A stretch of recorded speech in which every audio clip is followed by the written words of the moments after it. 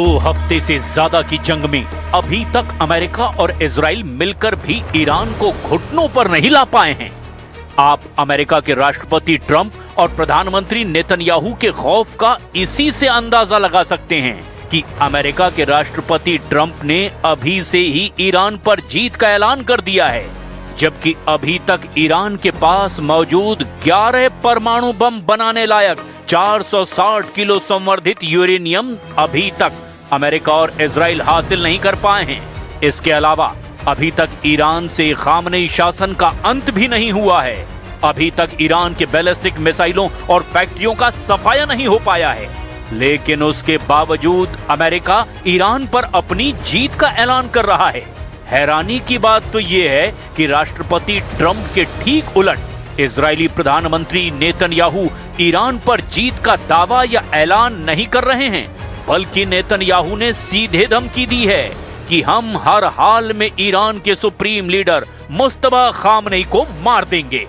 Netanyahu ने तो यहां तक कह दिया कि हम अभी लंबी जंग करेंगे। ऐसे में अगर ट्रंप दावा कर रहे हैं कि ईरान बिना शर्त सरेंडर करने वाला है, तो ये दावा वाकई हैरान कर देने वाला है। ईरान के राष्ट्रपति मसूद पजेश्कियन ने अमेरिका से दो टूक कह दिया है कि जो लोग ईरान के सरेंडर का सपना देख रहे हैं, वो इस सपने को अपनी कब्र तक ले जाएंगे। यानी हालात तेजी से बदलते जा रहे हैं।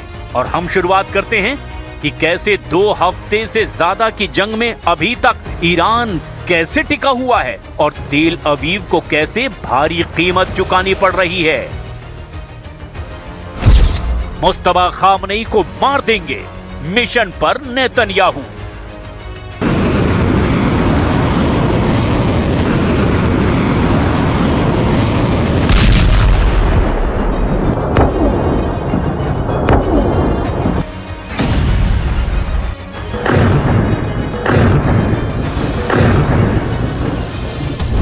मुस्तफा खामनेई को नहीं छोड़ूंगा।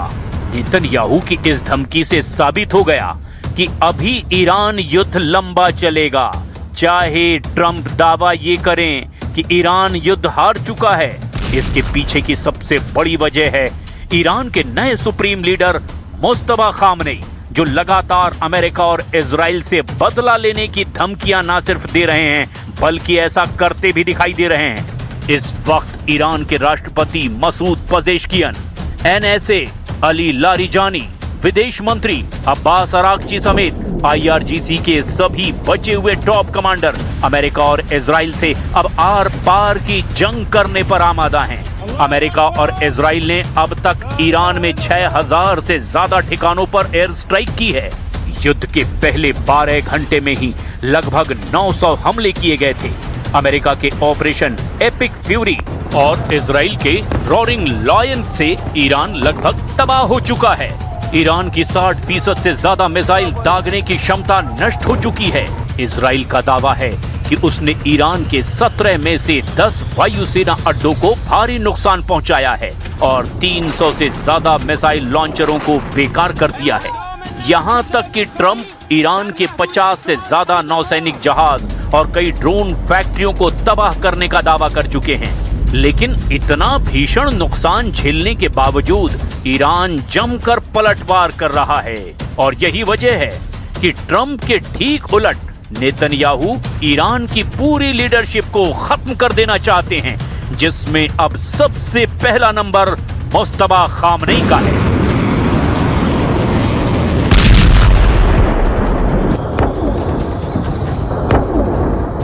इजराइल के प्रधानमंत्री बेंजामिन नेतन्याहू ने कड़ा रुख अपनाते हुए कहा कि ईरान के सर्वोच्च नेता मुस्तफा खामनेई को भी बख्शा नहीं जाएगा। नेतन्याहू ने दो टूक कह दिया कि किसी भी आतंकी संगठन के नेता को नहीं छोड़ेंगे। नेतन्याहू ने दावा किया कि ईरान के खिलाफ अमेरिका और इजराइल का संयुक्त अभियान उम्मीद से बेहतर प्रदर्शन कर रहा है और इजराइल अब पहले से कहीं ज्यादा मजबूत है। नेतन्याहू ने यह भी कहा कि अमेरिका और इजराइल मिलकर ईरान के लोगों के लिए ऐसी परिस्थितियां बना रहे हैं जिससे वे अत्याचारी शासन को उखाड़ फेंक सकें। नेतन्याहू ने जोर देकर कहा कि अब पहले जैसा ईरान नहीं रहेगा और न ही पहले जैसा पश्चिम एशिया रहेगा। Iran's leadership is in no better shape. Desperate and hiding, they've gone underground, cowering. That's what rats do. We know the new so-called not-so-supreme leader is wounded and likely disfigured. He put out a statement yesterday, a weak one, actually, but there was no voice and there was no video.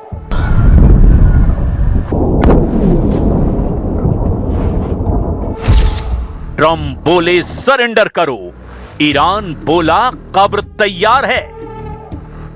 राष्ट्रपति Trump के बदलते बयान और बौखलाहट साफ साबित कर रहे हैं कि ईरान युद्ध में अमेरिका बुरी तरह से फंस चुका है।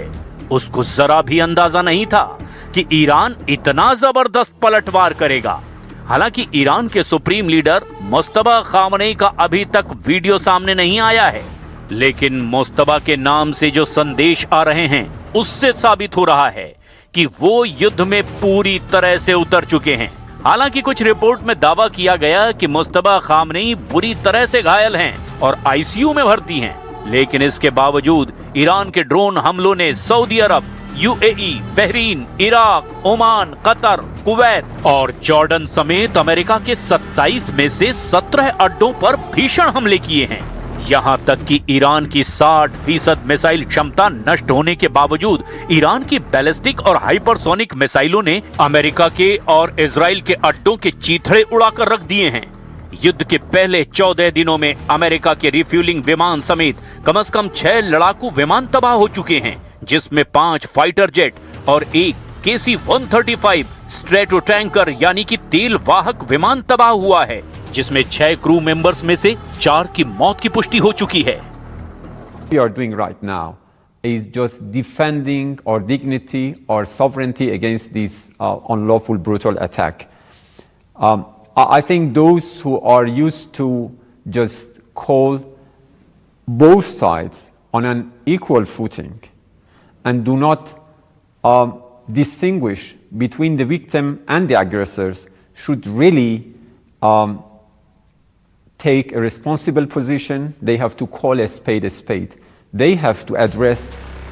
अब तक के आंकड़ों के मुताबिक ईरान 1000 से ज्यादा बैलिस्टिक मिसाइलें दाग चुका है। शुरुआत में ईरान के पास करीब 2500 से 3000 मिसाइलों का भंडार था। ईरान ने अब तक 3000 से ज्यादा ड्रोन हमले किए। अकेले खाड़ी देशों यूएई, कतर, बहरीन और इराक की ओर 1500 से ज्यादा ड्रोन दागे गए। खुद अमेरिका की CIA और TIA की ताजा खुफिया रिपोर्ट के मुताबिक खामनेई की मौत के बावजूद ईरान का शासन टूटने वाला नहीं है। जनता पर सरकार का नियंत्रण अभी भी मजबूत है। अब ऐसे हालात में ईरान की हार का दावा ट्रंप कैसे कर रहे हैं, ये हैरान करने वाला है। जबकि नेतन्याहू मानते हैं कि ईरान से अभी लंबा युद्ध चलेगा।